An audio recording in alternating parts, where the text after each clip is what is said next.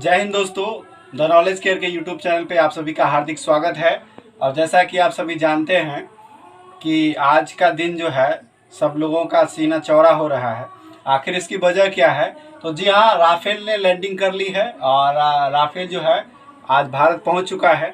तो चलिए हम जानते हैं राफेल के बारे में, पूरे डिटेल्स के बारे में, और क्यों राफेल हमारे लिए इतना ज़रूरी है और इसके क्या मायने हैं, इससे हमें क्या हम चुनौतियां, इसकी क्या चुनौतियां हैं, इसके क्या एस्पेक्ट है, इस पर हम बात करेंगे। तो देखिए, राफेल का जो शाब्दिक अर्थ है, सबसे पहले राफेल है क्या? तो राफेल एक लड़ाकू विमान है और ये डबल इंजन है, डबल इंजन वाला है, दो इंजन का है। राफेल एक लड़ाकू विमान है। इसका शाब्दिक अर्थ है हवा से गहरा। राफेल का शाब्दिक अर्थ क्या है? हवा से गहरा, गस्ट ऑफ विंड, ठीक है। और एक दूसरा अर्थ है आग की भावना में, ठीक है, यानी कि बर्स्ट ऑफ फायर। तो आइए जानते हैं इसकी जो मैक्स रेंज स्पीड क्या है। तो इसकी जो पॉपुलर स्पीड है वो 1389 किलोमीटर प्रति घंटा रेगुलर स्पीड है। ऐसे या इससे ज़्यादा स्पीड से भी उड़ सकता है, 3000 किलोमीटर प्रति घंटा के रफ्तार से भी यह उड़ सकता है। इसकी मारक क्षमता क्या है? तो इसका जो रेंज है 3700 किलोमीटर की परिधि में इसकी जो मारक क्षमता है वो 3700 किलोमीटर के बेस में, ठीक है। अब आइए वेट की बात करते हैं। तो इसका वजन लगभग 10,000 किलो है। तो ये 9,979 किलोग्राम का राफेल है, ठीक है। कौन देश इसको बनाता है? तो ये फ्रांस के द्वारा बनाया गया है, ठीक है। और ये निर्माता कंपनी है डसॉल्ट। किस कंपनी के द्वारा बनाया गया है? डसॉल्ट कंपनी के द्वारा। इसने पहली बार कब उड़ान भरी थी? तो इसने पहली बार 4 जुलाई 1986 को उड़ान भरी थी और इसने अपनी पहचान 2001 में बनाई। कब बनाई? 2001 में, ठीक है। चलिए, इंजन डबल इंजन है तो कौन कौन सा इंजन है? इसमें एक इंजन है स्नेकमा M88 और दूसरा इंजन है टर्बोफैन। एक इंजन है स्नेकमा M88 और दूसरा इंजन है टर्बोफैन। अब इसकी लंबाई और चौड़ाई की बात कर लेते हैं। तो लंबाई है 15.27 मीटर और चौड़ाई 10.80, यानी कि इसका जो डायना है, पंखा जो है वो सिर्फ 10.80 मीटर चौड़ा है, सिर्फ इतना। इसके लीडर हैं जो 5 राफेल, आपने देखा होगा सीन में, अभी आपने इंट्रो में देखा कि राफेल जहाज जो है हमारे देश की सीमा में घुसा और उसकी गर्जना भी आपने सुनी। तो इसके लीडर कौन थे? तो इसके लीडर हिलाल अहमद राथर, जो कि कश्मीर से बिलोंग करते हैं, ये कश्मीर से है और इन्हें वायुसेना ने भेजा था। तो ये लीड कर रहे थे इस मिशन को, मतलब 5 राफेल को ला रहे थे। आपने देखा होगा कि 5 राफेल, उसमें 7 आपको लड़ाकू विमान नजर आ रहे होंगे। तो 5 दरअसल उसमें 5 लड़ाकू विमान है और 5 राफेल है और 2 उसमें सुखोई MKI है, ठीक है। सुखोई MKI को भारत और फ्रांस दोनों मिलकर बनाती है, तो ज्वाइंटली ऑपरेशन चलता है। कि डसॉल्ट ने इसका क्या नाम रखा है? तो डसॉल्ट ने इसका नाम रखा है ओमनी रोले। डसॉल्ट कंपनी जो है उसने इसका नाम रखा है ओमनी रोले। अब भारत ने कितने ऑर्डर किए थे? तो भारत ने टोटल 36 राफेल ऑर्डर किए थे, जिसमें 28 जो है वो सिंगल सीट वाला है और 8 जो है वो आपका डबल सीट वाला है। 28 सिंगल सीट वाला और 8 डबल सीट वाला राफेल भारत ने इसका सौदा किया था 4 साल पहले, ठीक है।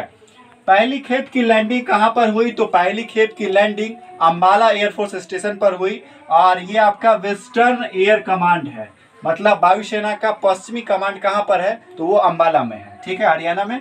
पहली खेप में जो राफेल आए, कितने आए? तो 5 राफेल आए और जो बच गए हैं वो 2022 तक सारे आ जाएंगे। अब देखिए इसकी खूबियाँ क्या है, तो इसकी इतनी चर्चा क्यों है? तो इसकी इतनी चर्चा इसलिए है कि ऐसा कहा जाता है कि अब पूरे एशिया में इस तरह का लड़ाकू विमान किसी देश के पास नहीं है। हमसे उलझता कौन है? चाइना, पाकिस्तान, बांग्लादेश भी अब कूद रहा है, नेपाल भी तनी मनी कूद रहा है। तो इसको बता दें कि जब राफेल आ गया है तो चाइना के पास है ये नहीं है, तो हम चाइनों को भी अब सिखा देंगे, तुरंत 20 मिनट में इसको हवा से गुल कर देंगे। तो बहुत सारे मीडिया वाले भी कर रहे हैं कि इस्लामाबाद पर आक्रमण भी कर दिए। जैसे ही राफेल आया ना तो उन्होंने कहा कि 20 मिनट में राफेल इस्लामाबाद पर चढ़ाई कर सकता है। तो समझिए कि मीडिया वाले का इतना कैलकुलेशन फास्ट है। तो आप लोग उस पर नहीं पढ़िएगा। चलिए हम लोग पढ़ाई से रिलेटेड बात करते हैं। तो खूबियाँ जो है यह हवाई से हवा में निशाना बनाएगा, ठीक है, हवा से हवा में निशाना बनाएगा। ये तो कॉमन बात है, सब लड़ाकू जो भी फाइटर जेट है वो तो हवा से हवा में बनाएगा नहीं। इसका और खूबी है, इसका ये खूबी है कि हवा से जमीन में भी निशाना बना सकता है, मतलब उड़ते हुए और नीचे निशाना बनाएगा। बताइए, एक तो इतना स्पीड से चलता है और ऊपर से ये हवा से जमीन में भी निशाना बना सकता है, तो हुआ ना खूबी, कितना शानदार खूबी है। इसमें जो है अभी 3 प्रकार का मिसाइल लगा हुआ है। एक है मीटियोर मिसाइल, मीटियोर मिसाइल का जो रेंज है वो 150 किलोमीटर है। उसके अलावा है स्कॉल्प मिसाइल, स्कॉल्प मिसाइल जो है वो आपका हवा से जमीन में निशाना लगाएगा। उसका कितना रेंज है, तो इसका रेंज जो है वो आपका 600 किलोमीटर है, ठीक है। उसके बाद है आपका हैमर मिसाइल, तो हैमर मिसाइल जो है ये नेवी के लिए तैयार हो रहा है, मतलब अभी नेवी वाला भी इसमें यूज कर सकता है। तो इसका जो रेंज है वो 60 से 70 किलोमीटर है, ठीक है। चलिए, और खासियत देखिए कि दुश्मन के क्षेत्र में बिना घुसे उसके विमान को तबाह कर सकता है। पाकिस्तान को F-16 पर बड़ा गुमान होता है, जबकि F-16 को हमारे विंग कमांडर अभिनंदन जी ने हमारे पुराने का जो विमान था MiG-32 उसी से काम तमाम कर दिया था। इतना राफेल है, उसके सामने F-16 का कुछ चलने वाला है नहीं। अब देखिए भारत ने कितना पर डील किया था, तो भारत ने 59,000 करोड़ में टोटल 36 गो राफेल डील किया था। इस पर काफी विवाद भी हुआ था। अब बहुत सारे लोग कह रहे थे इसमें बहुत सारा घोटाला हुआ है, हालांकि वो राजनीतिक बात है, हम उसमें नहीं पड़ेंगे। चलिए, विश्व के लड़ाकू विमान में इसका रैंक कितना है, तो यह 8वें नंबर पर आता है। कितने नंबर पर आता है, 8वें। टॉप अगर 10 की लिस्ट निकालिए तो उसमें 8वें नंबर पर है विश्व का लड़ाकू ये राफेल, ठीक है। ये इस किस जनरेशन का है, तो ये 4.5 जनरेशन का है, ठीक है, ये 4.5 जनरेशन का है। अब चलिए, अब कुछ जान लेते हैं कि अगर ये राफेल आया है तो उस समय रक्षा मंत्री कौन थे, तो रक्षा मंत्री राजनाथ सिंह और वायुसेना अध्यक्ष RKS भदौरिया दोनों ने हरियाणा का ये अंबाला एयरफोर्स स्टेशन पर राफेल का अभिनंदन स्वागत किया था। आप लोग को याद होगा, न्यूज में देखे होंगे, ये राफेल गए थे राजनाथ जी, वहां पर राफेल में नारियल और फोड़ के आए थे, नींबू लटका के आए थे, है ना, पूजा पाठ करके आए थे। तो राजनाथ सिंह अभी रक्षा मंत्री है।